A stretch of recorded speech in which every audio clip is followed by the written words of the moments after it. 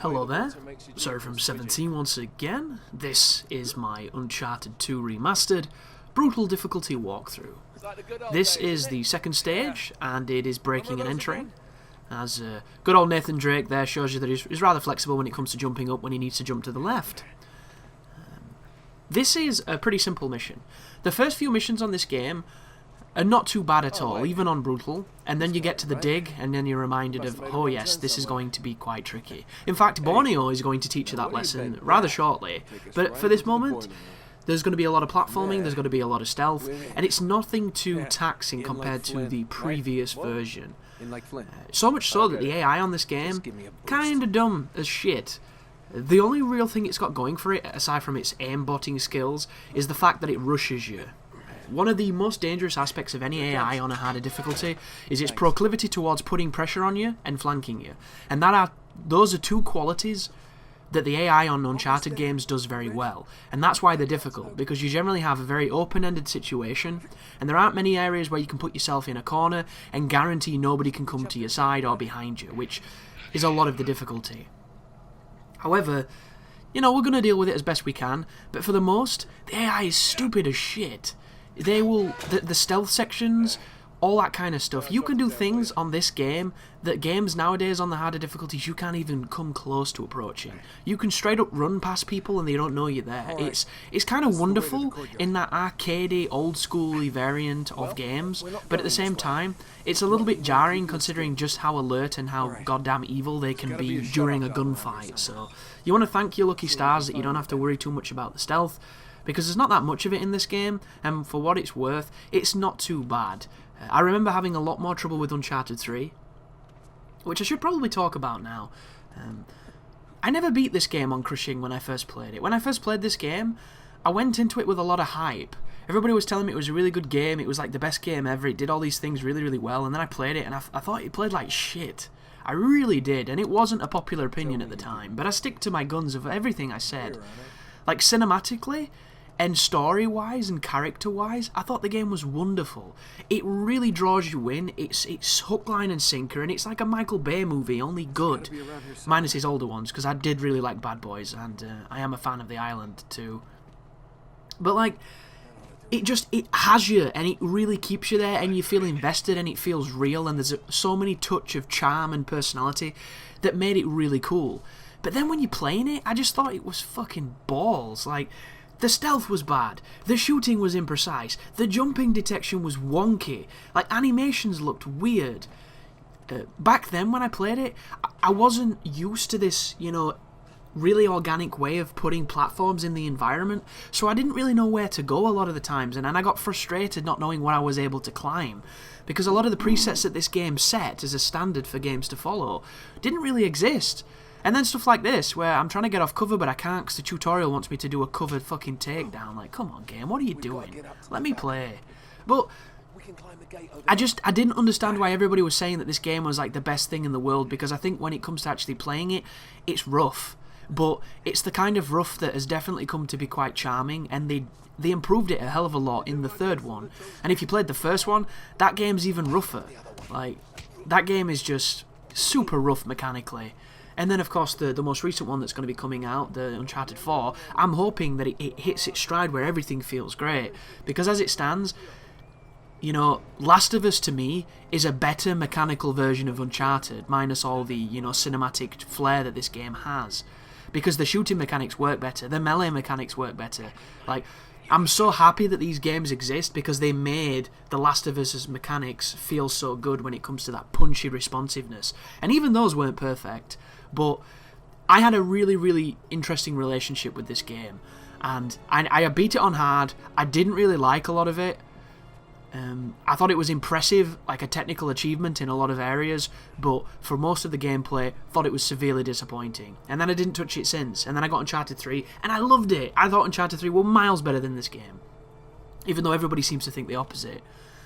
And I wasn't excited for this HD remaster. Oh, right there, folks. That was me showing you that you can get to that junction box without taking everybody out, but the game won't let you do that. You have to take everybody out so that it'll trigger the ability to touch it, which I think is a wasted opportunity, but, you know, games.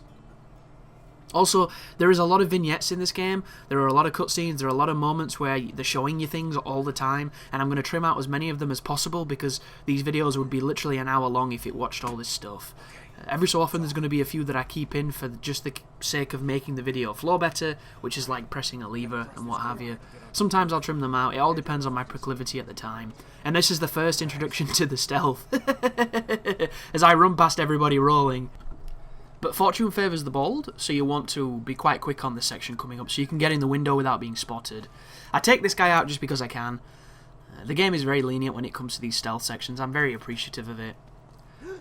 But as I was saying, I wasn't excited for this remastering at all, because as I've already mentioned quite explicitly in this video, I've always felt that playing Uncharted is not as fun as watching Uncharted, or listening to Uncharted, and it's literally because of those niggles that I have with the mechanics, but I don't know if I'm just, in a better headspace than when I played it the first time, or maybe Uncharted 3 has taught me to put up with some of the shortcomings and just enjoy the game. I'm not sure what it is, but I had a ton of fun playing this game on Crushing.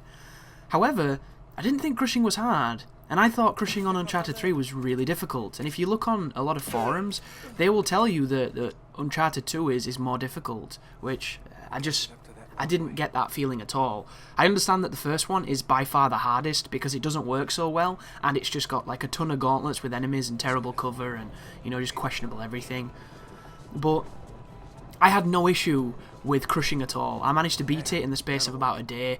I was watching Mobile Fighter Gundam G or something like that, the series of Gundams where they fight, and I was also watching a couple of episodes of Quantum Leap because I think I'm going to do all 5 seasons of Quantum Leap. I couldn't believe there was only 5 seasons of that show. I remember watching millions of episodes as a child, but here's me punching the guy who's inevitably going to betray you because I'm waiting for him to finish, and then I'm going to miss this shot coming up, which is hilarious, but I get it in the end. But as I was saying, I was watching, TV shows and having a fun time, watching a lot of New Girl, because I think that show is absolutely amazing, and it's consistently strong, and it always makes me smile. And I was barely paying attention to the game, just having a fun time, shooting some stuff, jumping some stuff. It was just really, really good, really, really enjoyable. And then I got to Brutal, and no way in shit could I do that. That is the distinction. Like, straight up. Brutal from the get-go. As soon as we get to Borneo, it's going to be a completely different game. Absolutely different.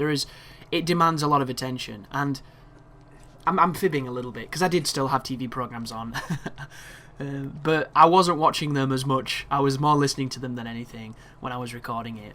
But suffice to say, the jump is pretty steep, and I don't want to put people off or scare people because that's not my intentions. You just have to be aware that it's one of those moments where you kind of go, holy shit, because I've not felt this in a while. And to give you some kind of contrast, I don't think it's as hard as Akumu difficulty on The Evil Within, which was the last time where I went, holy shit, this is hard. But it's definitely up there with some of the older Call of Duties on Veteran, where beating it on Veteran actually meant something because the game was tough.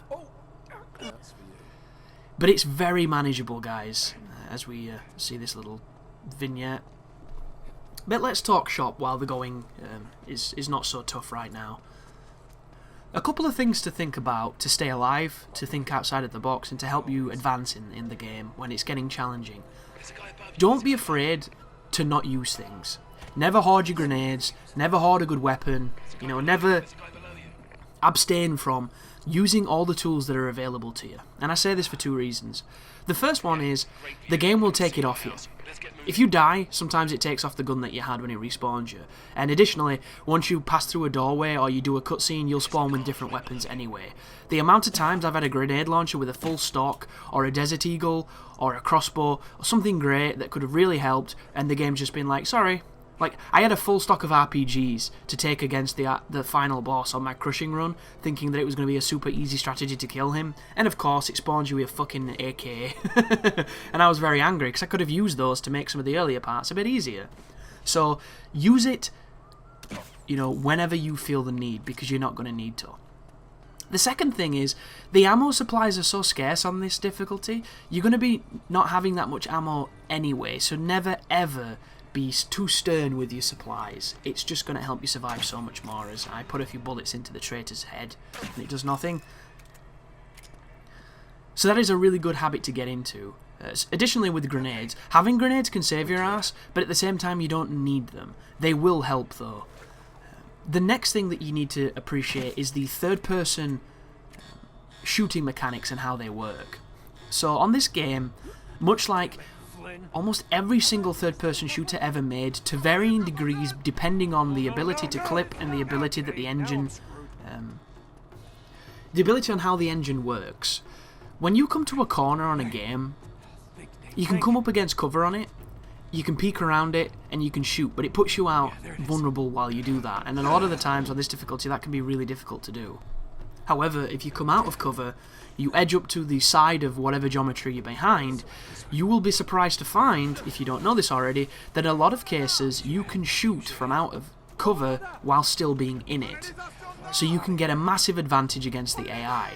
And you're going to need this in a lot of instances. However, you need to be aware this will work both ways in this game. There are moments where the AI will kill you while you're in cover because they were able to clip you through the side of it.